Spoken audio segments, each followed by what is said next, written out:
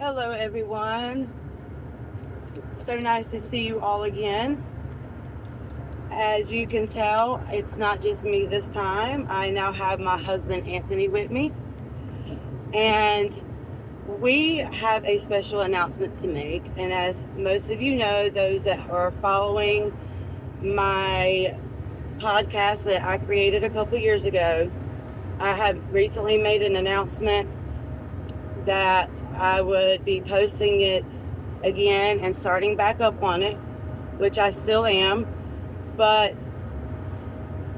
me and Anthony have discovered some things in the past couple weeks, and we've saw God do some miraculous stuff. And I'm going to school to be a youth pastor, and Anthony is wanting to do some Christian studies himself and do some evangelism work in the future. And because of that, it led me, after countless times of praying over this, to do our own podcast together. And we are going to do a spin-off from my podcast, Addicted to Jesus, except for it's going to be called Addicted to Jesus When God Said Yes. And the purpose behind that is, when the world was against me and Tony and everybody said no to us, God said yes to us. So in the new podcast season, you're going to hear a lot of testimony from Anthony and I, and the struggles and challenges we had to face when we got married, and the judgments. And hopefully you guys or someone out there can relate. And we pray that you get encouragement from this, that you do whatever makes you happy, as long as you are living by the Bible and by the Word. And don't let what anyone else in this world try to tell you is wrong if you don't feel like it's wrong and you've already went to the Lord and prayed over it. So you're going to see a lot of testimony from us from that. We're going to bring our kids into some episodes, because we are now a great big blended family. And they got their little minds. They want to speak on some things too. And I feel like their voices need to be heard. And a lot of young people can relate to what they got to say. Again, this is my husband, Anthony. A lot of people know Anthony more than they know me. Even though I have a podcast, he's popular. So, Tony, if you got anything you want to add. Sorry guys, I'm driving, so I'm gonna let him. Yeah, we're trying to get on the exit right now. There's actually a lot of things we have to add.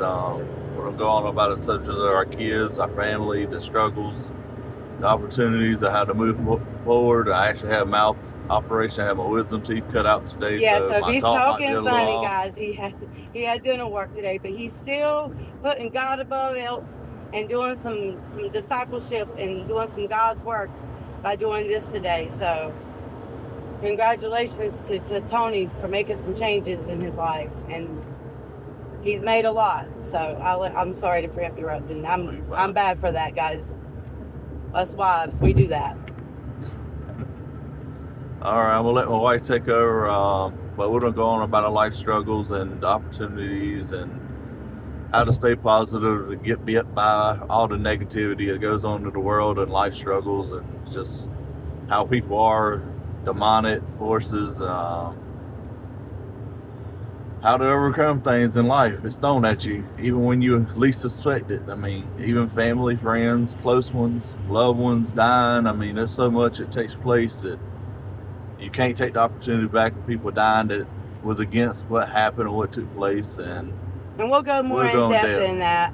And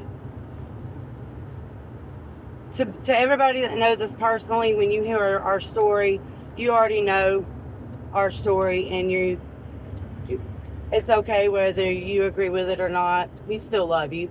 But for those of you that don't know our story, when you hear it, it's going to come as a shock, because it's not a common thing. It may be, but it's not heard of very often. And we quickly got judged about it very fast. But our goal and purpose of this podcast is to show you that we didn't let what the world was saying affect our godly duties to spread his message and to get our kids in church and raise our family as a Christian family, regardless of what people judged us on. So I'm excited to have him, and I'm not doing podcasts by myself all the time. I know in a recent, or not a recent, but in an earlier podcast, y'all have only seen Bentley. If you've seen it on YouTube, and the enemy tried to shut him down. Even this morning, I was trying to show Tony the video, and enemy kept trying to shut Bentley down, because Bentley's got a word that's going to take over this nation and change some lives, and he's already got a calling, and so does our other son, AJ, which is Tony's son, but my son too. But he's really got an attack on him, and has an attack on him every day, and him and Bentley are going to be powerhouses, and the enemy is going to try to shut him up, and the enemy's already tried to shut us up. The enemy has separated us. The enemy has made us fight crazy fights over nothing, until we realized and sat down and figured it out that we are a threat. Tony and I, we are a threat. That's why there were so many people against us in the beginning. So the purpose of this is to show you guys that let you be a threat. You need to be a threat to the enemy, and not the other way around. Don't let him be a threat to you. And we're going to show you guys that we didn't let him come in between us. We did, but we took over, and we showed him that God is at the center of our marriage, and no matter what kind of marriage you have, as long as it's biblical, let me rephrase that, you need to keep God at the center. And what I mean by biblical is if a marriage is not what it says in the Bible, then it isn't biblical. No judgments to anybody else, though. I mean, I love everybody just the same, and I pray for everyone, but if you're a married couple, I'm telling you, there's going to be times when people are going to try to tear you guys apart. There's going to be times when the enemy is going to get inside your own minds, and he's worked on Tony for quite some time, and Tony's finally opening his eyes and realizing what it means to be a disciple, what it means to be a powerhouse couple of God. And sorry guys, I'm trying to get him to Speedway so he can get his free icy from my point, so he can have something cold for his mouth. Y'all have to excuse us. I will do no edits on my videos, because I tell everybody what you see is real and raw. I say it's my favorite line to say in every podcast episode. We're real and raw. We don't sugarcoat. We don't hide nothing. We're on a hill. We're in Durham, guys. That's why we're wobbly. But we don't hide nothing. We are not afraid to admit to anything. And that's a Christian to you. Sometimes he'll tell you, I tell him too much stuff. And I want him to know that, to me, I'd rather him know too much than I not tell him something he should know, because I feel like I would be hiding something from him. And so that's how you build trust in a relationship. But it still affected him because of his previous relationships and previous marriage. There was no trust. And so just like with me and my previous marriage and relationships, there was no trust. There was no God at the center. And so when we tried to bring that, it was very difficult in the beginning. But I'm going to tell you something. God got us through, and look at us now. It's a slow process, but we're getting there. And every day is a challenge. They always tell you right when you get ready to get married, you have to put the work in. It is a hard job to do, but it's very rewarding. And if you got kids, they are watching. They will mimic you. And what you show them as a marriage, and you can add to this, what they see as a marriage between their parents or step-parents and parent is what kind of marriage they're going to get into, because it's what they're raised around and what they're used to. So you got to be the voice and the you got to show them what it's like to live a godly marriage and a biblical marriage. And that's what we're going to do. And you're going to see them come in later on in episodes and we'll let them speak about what it means to be a Christian child, to be a Christian daughter, a Christian son. We're not perfect by any means. We don't have it together. I sin every single day. I made that post this morning on Facebook. We all sin every day. There's things I should be repenting on more than I should. I'm still working on it, still getting it together. Tony as well. I've seen a change in him, but he's still got some work to do. He's what we call a fresh baby Christian. He's still taking his baby steps, but he's reaching toddler years at this point. So he's getting there. But I'm proud of him. And I'm proud that he made the announcement that he wants to do evangelist work, because Tony's good with people. He's good with communicating with people. I swear to you guys, we could go anywhere. Don't matter what state. We've been to a different state and he knew someone. So I believe he's got a message that God's going to give him to spread across probably nations. I don't know if you feel that, but I feel that. As a husband, you're the building block. You're the foundation centered around God. Everything's centered around God. So for me to lead and for it to be the guidance for my kids and my family, it's very important as a husband to know your role and intake of what you're supposed to provide for your family and how you're supposed to react to certain situations instead of acting out of complete anger or temper, and because that negative invoice impacts your family and your kids. So it's very important that you put everything in the center of God and get into the Word. Don't just read social posts and don't just read a Bible verse. Let me tell you guys something. Bible. He struggles with leadership of being the man of the house, and I'm trying to be patient with him, because in his previous marriage he wasn't allowed to do that. So Tony doesn't know how to be the man of the house, but he is working on it, and I tried to guide him, and he does his own time. He'll start researching things about marriages and what it means to be in a godly marriage, and he'll come to me and give me what he's read about. And so I know he's doing his research. And so that's important, guys, because when I first met Tony, this wasn't him.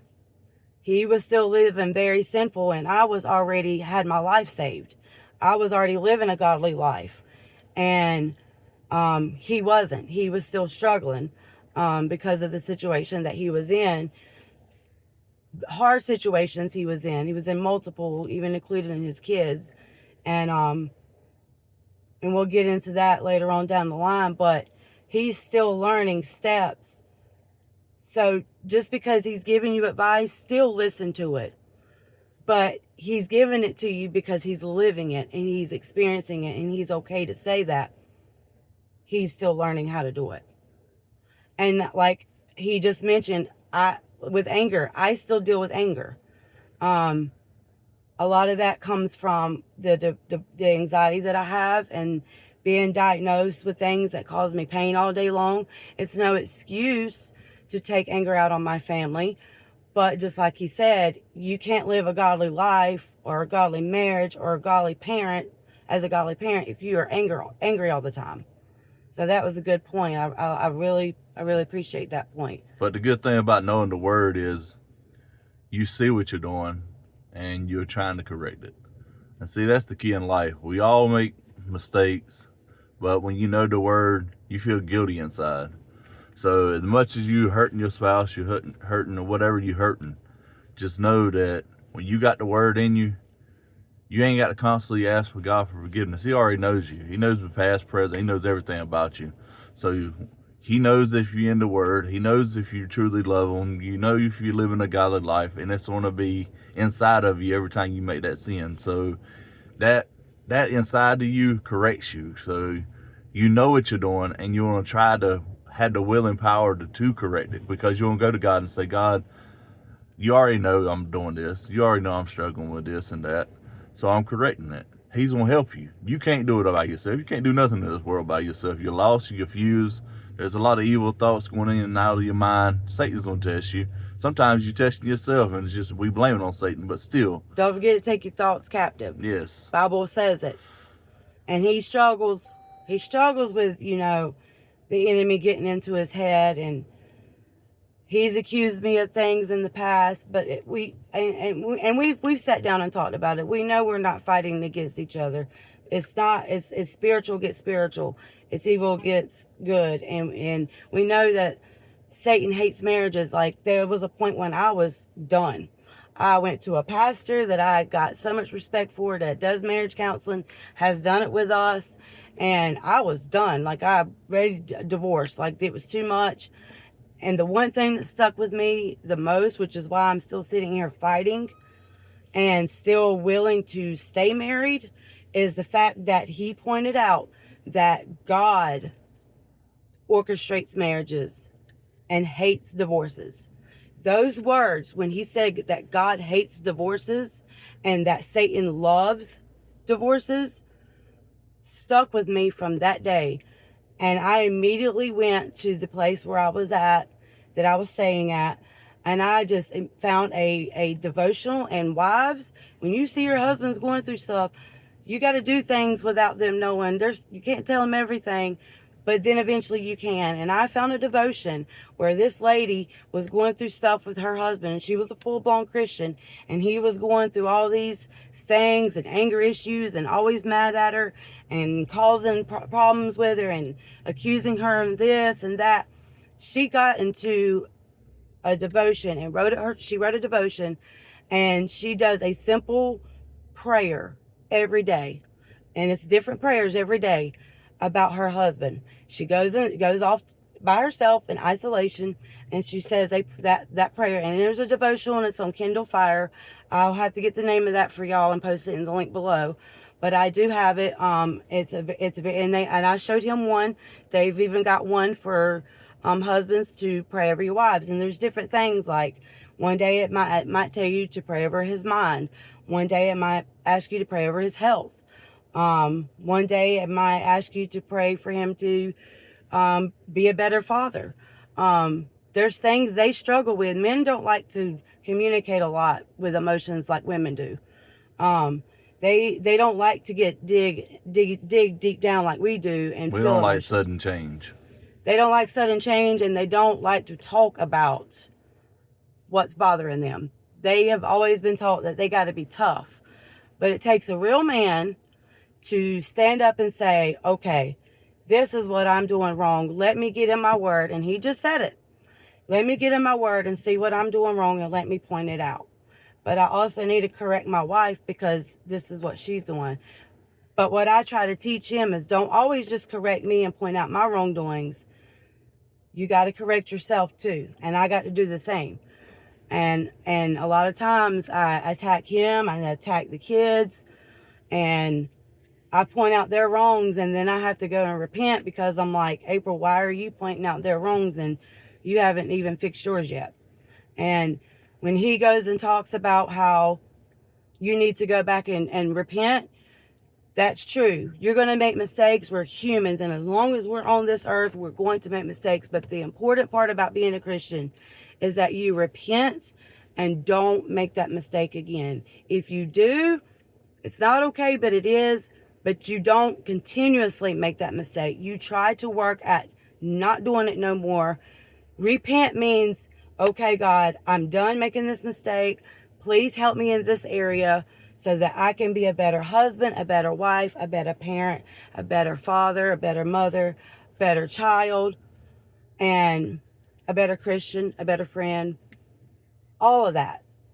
So that's what he means about that. And a lot of us women have dominating personas. We like to have... They want the control. A lot of us.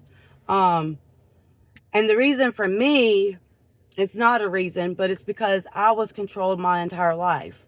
I never got to control my life. And I always felt like I was in jail with every parent that I lived with. I felt like I was never in control of my life. So when I finally broke free and did my soul tie freedom and inner healing, and we'll get into that later in a different episode, I realized that I can take over control. But then I let it get too far when the enemy started attacking us as a family unit and as a married couple, and I wanted to start controlling him and not letting him take the floor. And now I'm guiding him. When things go wrong with one of the kids, I'm like, okay, Tony, this is where, and I do it in secret. This is where you step in and I step back. If they have just disrespected me as their parent, you need to step in and say, okay, bam, bam, bam. They call me drill sergeant, Mom. He's the fun dad. He's the dad that don't really like to. He don't like to punish. I like to more likely try to communicate to their level and then understand them and then correct most of the time. But I don't like the word control that much because so many people, especially men, they like to abuse the fact of submissive, and they think women are just supposed to submit to all things that a man's supposed to say. No, if it ain't centered around God and His principles, no, you're doing it all wrong. It's for love, and love is God, and love is Jesus. So, like I said, get in your word and understand what true control actually means and submissive supposed to mean, because we take it so wrong in so many days And of this life. And he's took it wrong until he finally. I ain't never really been the one that want to control anybody. That's just, I feel like if you just love one another and you try to get to communicate one another and try to get on the same page, and if you get into the word and you and your wife has the understanding, y'all just compromise, and most of the time y'all could come to some type of agreement. Now, if you can't, a lot of times what we do, we go to seek counseling. There's nothing wrong with going to counseling, therapy, We're whatever. all in We go therapy. to biblical.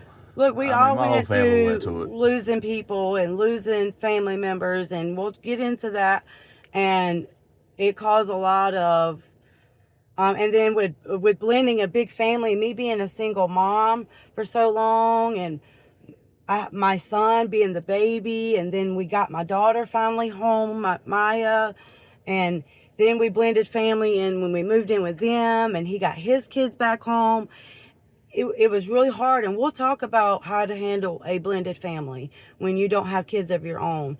The good thing about this is, I don't want to say too much, but the kids ended up struggling at first, but handled it well because of the situation, because of the relationship that they already have. And we'll go into detail later on that. But I try to teach him to be more of a firm parent, because in the beginning, some kids don't have stability. They've been moved here and there. I was one of those kids growing up. I know what it feels like to not have a schedule, to not have a bedtime. If I was on somebody's nerves, that's when I had to go to bed, and it could still be daylight outside. I didn't have any schedule, I didn't have nothing. I didn't have stability. You didn't have that foundation. I didn't have a foundation. I didn't have guidance. I was just told to do what I was supposed to do, or got a whooping. I got beat. More than a whooping. I got beat for crying too much. So, but we'll talk about some of those things, and y'all might have heard some of my testimony, and we'll let Tony get into some more of his testimony deeper in these episodes. But our purpose in this is to show all of you that you can fight against all odds. If God has told you yes, and that is the story behind us, it don't matter who else has said no. If God has told you yes, it's okay to do this, and you went to every person in church that you know to go to that can correct you, and you accept that correction, and none of them have said that this is wrong.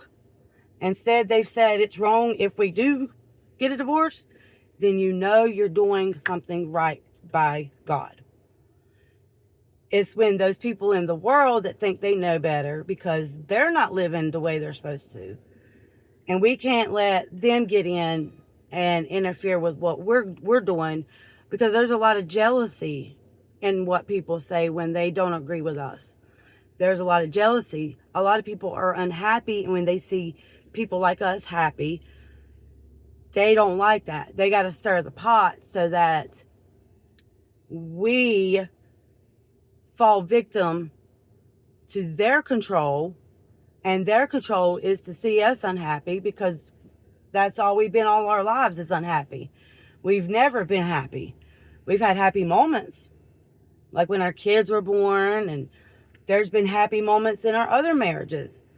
But when we finally put God in the center of something, and we started realizing how important that was, guys, we started seeing things change. And I will tell you, when I went out on godly missions, he didn't get it at first. He hated it. He didn't understand it. And it wasn't him. I knew it wasn't him. I knew it was the enemy telling him that I was doing wrong. I was abandoning them, this, that, and I was not. I was leaving them without money. That wasn't the case. I was out doing godly work, and he sees it now. And if you follow me on Facebook, you'll see it from today's post that I finally took him on a mission work with me because God told me to. And he finally got to see that mission work. And we are actually on the way to the mission work that we've been a part of. And we are seeing a miracles on top of miracles happen in front of our eyes. And when I get permission from the parents, we will discuss those miracles and how what it means about being a married, godly married couple that can go in and talk to other parents that are dealing with hardships with their kids. We've been through it. We've been through the ringer last year, and everybody knows the situation with Bentley and seizures and how the demons came and attacked him, and we get it. We get it. We don't understand everybody's pain with kids being in hospitals, but we now know that we can work together and go do these missions. And now he is reaping the reward from it. He is seeing it for himself. And now it makes him want to do more. So I see two blessings happen, and that's a miracle. I do see a lost soul, and I pray for the dad. I hear a lot of GD, and it ain't the time to correct him right now, but eventually I will correct it in a way I feel like during God's timing. But right now, it's most important about his child is suffering, and he's finally healing from some type of infection. And he's don't go into detail very rare that he survived it. Most don't. We'll just say this statistically, there was only 3 people in the United States that had this infection. He was the only child. The other 2 were adults, and those 2 adults died. This kid was not supposed to live. Mm-hmm. We're going to hopefully have him in one of our podcasts one day. Hopefully one of the parents. Because we want you guys to see the miracle of what it takes for a godly husband and wife to go to a sick child and pray over them, and to the parents and pray with them and confused at this and moment. pray for them. And there's a right time and a wrong time to say things to a parent, and he's right. You can't go and correct them, especially when they're blaming God for everything right now. So you got to be very and I've been guilty. When I lost my sister, I blamed God. Yeah, so you got to be at the time and that place, and you'll know when that calling and when that's supposed to be revealed. He hasn't lost his son, but he's still grieving because of the situation. And you guys will understand. He already lost 1 kid. So he's still grieving, but he's seeing the miracles. And when this little boy comes out of the hospital, that will be the time when things settle down that we're going to have I've advised him as man to man to have that conversation, because he knows how to talk to people and not get too aggressive with them. And I feel like he will be receptive to it. And it takes time. We don't expect him to change overnight. That's the time. That's the work. But I know that this little boy is living for a reason. and it's to open up his Father's eyes. And he will see that. He will see it if he hasn't already and just not admitted it. But Mm-hmm. Don't be afraid to go, whether you're single, married, whatever. You don't have to be an evangelist, an apostle. If you're a Christian and you got the strong faith, don't be afraid to mention God in front of people. The other day we went to visit. I said, look at God. Look at God's miracle right there. I'm not afraid to say it. You can have your belief, but I'm going to claim God over that baby's life because that's what it is. And the more that they see us do that for them, and the more they see us do Christian works for them through Jesus, they are going to start seeing Jesus through us. And I always hear it. People say, I want what you have. I want the spirit that you have. And I tell them, you have it. It's free. It's free. It's already been paid for. So the blood's already been shedded. Our purpose is just to guide them there. But we got to know when and how to do it. And I'm going to be eventually talking to the mama because she's had her struggles, same as me. So I know that she'll be able to relate to me, and she'll be able to listen to me, just like he can relate to the Father. Regardless if they listen or not, I'm going to correct it eventually in God's time. In a godly way. In a godly way. And if he accepts it, that's on him. If he doesn't, I'm still going to pray for the brother because he's still my brother. They're still my sister. Regardless God how the world looks at it. still died for them like he died for us. I was lost like that. Most in life like has blamed God for something that's taking place. I wasn't always Christian. I mean to say all, but most. So we all had to be corrected, and we had to have the understanding and the ability to accept what Jesus has done and understand his purpose, and everything that he does is his way, not our way. We don't have to understand it. It's perfect. God is perfect. He ain't just good. He's perfect. So when he does something, don't question it. I know as humans we want to, but he's got a purpose behind everything. I'm going to tell you why he's saying that. Even when we don't like it. I'm going to tell you why he's saying that. And I'm glad he said that part. Because when I did my first mission work, when I was already doing the mission work, but he got introduced into it after we got married, he didn't agree with it. He did not like it. Part of that was past trauma because I wasn't staying home, where we will dig in deeper. Well, he had past trauma from that. And it caused him to be outraged. He couldn't understand why I was doing what I was doing, but the end result, and we'll talk about it later, the end result, he wasn't there to see it physically, but when I told him what happened and he knew about this person's past and life, he saw the end result, and it was a miracle, and it was nothing but God. And so now he understands. And then when I started going to this hospital, he started having that little issue again. And that was nothing but the enemy trying to say, turn against your wife. Turn against your wife. Even though I was going out there doing what I was told to do from God, for doing godly work, discipleship, and praying over people, babies. First day I was praying over them. He didn't know that I was doing that. And I met someone we're 2 hours away from this hospital, and I met someone from our town who recently just checked in on us at Ronald McDonald House. Didn't even know she was from there, and I connected with her little boy so much that we ended up going to visit him too. So he lives in our hometown, and we will be visiting him soon. He has fell in love with us. He hasn't met Tony yet, but he is a great kid. You'll get to see him. He loves everybody. Again, he don't deserve to be in the situation he's in, but he's precious, and his little boy is the reason why I got involved and met him, because his little brother is just as precious too. So the parents aren't living a godly life. I'll just put it to you that way. Their relationship isn't godly. It's not what God designed, but I love her.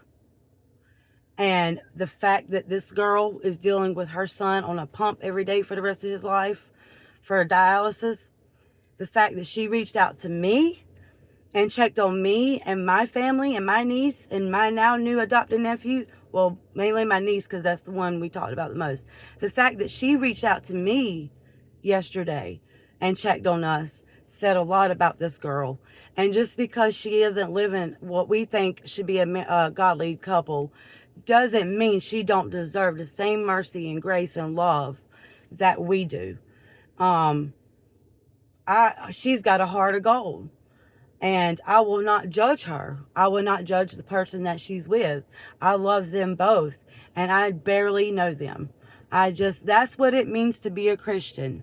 That's what it means to be a Christian. You don't sit there and tell someone, well, this is why you're going through what you're going through with your kid, because look how y'all living. No. They don't want to hear that at that moment. And that might not even be the reason why. She could have been, I don't know her backstory. She could have been having problems with this kid before she got into this relationship. We don't know the backstory. So, but a lot of people, and some Christians, a lot of them are very judgmental, and that's the first thing they want to say. Well, I've had people tell me, April, the reason why things are going wrong for you is because you're living in sin. You're having sex outside of marriage. And it was coming from someone else having sex outside of marriage. So, there's a lot of judgmental people out there, so you got to be careful who you're listening to, but also treat people like God would treat them. I remember those WWJD bracelets we had back in the day. What would Jesus do? What would Jesus do? I'm not going to sit here and judge her. That's not my job. My job is not to do that. She will come to Judgment Day when it's her time to come to that. My job is to show her how to live a Christian life. Now, I will show them love, but I will correct them after a while when its timing is right. Like I said before, you always have to correct the Christians and your brothers and sisters. Or non-Christians. Yeah, anybody, you have to correct them because they need to see, but be proper about correcting people. Understand that people do suffer from pain. People hurt. So if you approach things the wrong way, it's going to lead to altercation. So people make life decisions and life choices like me when I chose drugs because they've been through something in their life that traumatized them. So a lot of times people make choices even with relationships because they were traumatized by a previous relationship. Is it correct? No. But we have to understand that people go through things and we can't judge them just because of what we see the first day we meet them. We don't know their story, and we don't have to know all of their story, but God knows their story. And as long as He sees what we do for them because of Him, like we own a character rental business. I've already found out the little man's favorite character, and we have him. So we are planning a visit. He's just now finding out about this on video. Sorry, there's a phone call coming through. But we're planning on making a visit to this little boy at free, no charge, because he deserves it. He's been through enough. And we're planning on another visit for the one we're about to go see now, because he deserves it. And that's what it means to be a Christian. And don't ever ask for anything in return. And don't throw things in people's face. That's the number one thing. We're guilty of that. Yeah, so be careful how you always want to throw something back at your spouse or your friends or whatever. Just take it as a kindness and just let it be, and just know that you've done out of care of your love. So just like yesterday, one of our sons, if y'all hear that, it's the trash man behind us. There's no accident, I promise. One of our sons has an issue with lying, and I was one of those kids, and that's how I can pick up on when this little boy's lying. And because I told him the same thing my dad had told me when I was growing up, when you tell a lie, you got to build on that lie to build on that lie, and eventually nobody's going to believe you. Like, you're very untrustworthy. And yesterday something happened, and he got the blame for it until his sibling stood up and she admitted it was her, and I had to apologize to him and then I explained to him, this is when you start creating a name for yourself and you start lying so much, when you start telling the truth, it's hard to believe you. But now he knows to build on that truth. And now he knows that it's not hard to tell the truth. And now he knows that I can start believing him. So we're 40 minutes in. I think Daddy Bear here is hurting, so we got to go hurry up and get his medicine. But we thank you guys for being with us. Be looking out for these episodes, y'all. I'm excited. I know Tony's excited. He's getting to actually speak his voice, and I pray that you guys start subscribing and following us, and I pray that you can relate. And if there's anybody out there that's lost, anybody that's addicted, anybody that's not living a godly life, anybody that's hurt, depressed, having any type of sicknesses, cancer, I pray for you all to be blessed by God. And I pray that you enjoy this next season. Thank you. God bless. And remember, when everybody tells you no, God will tell you yes.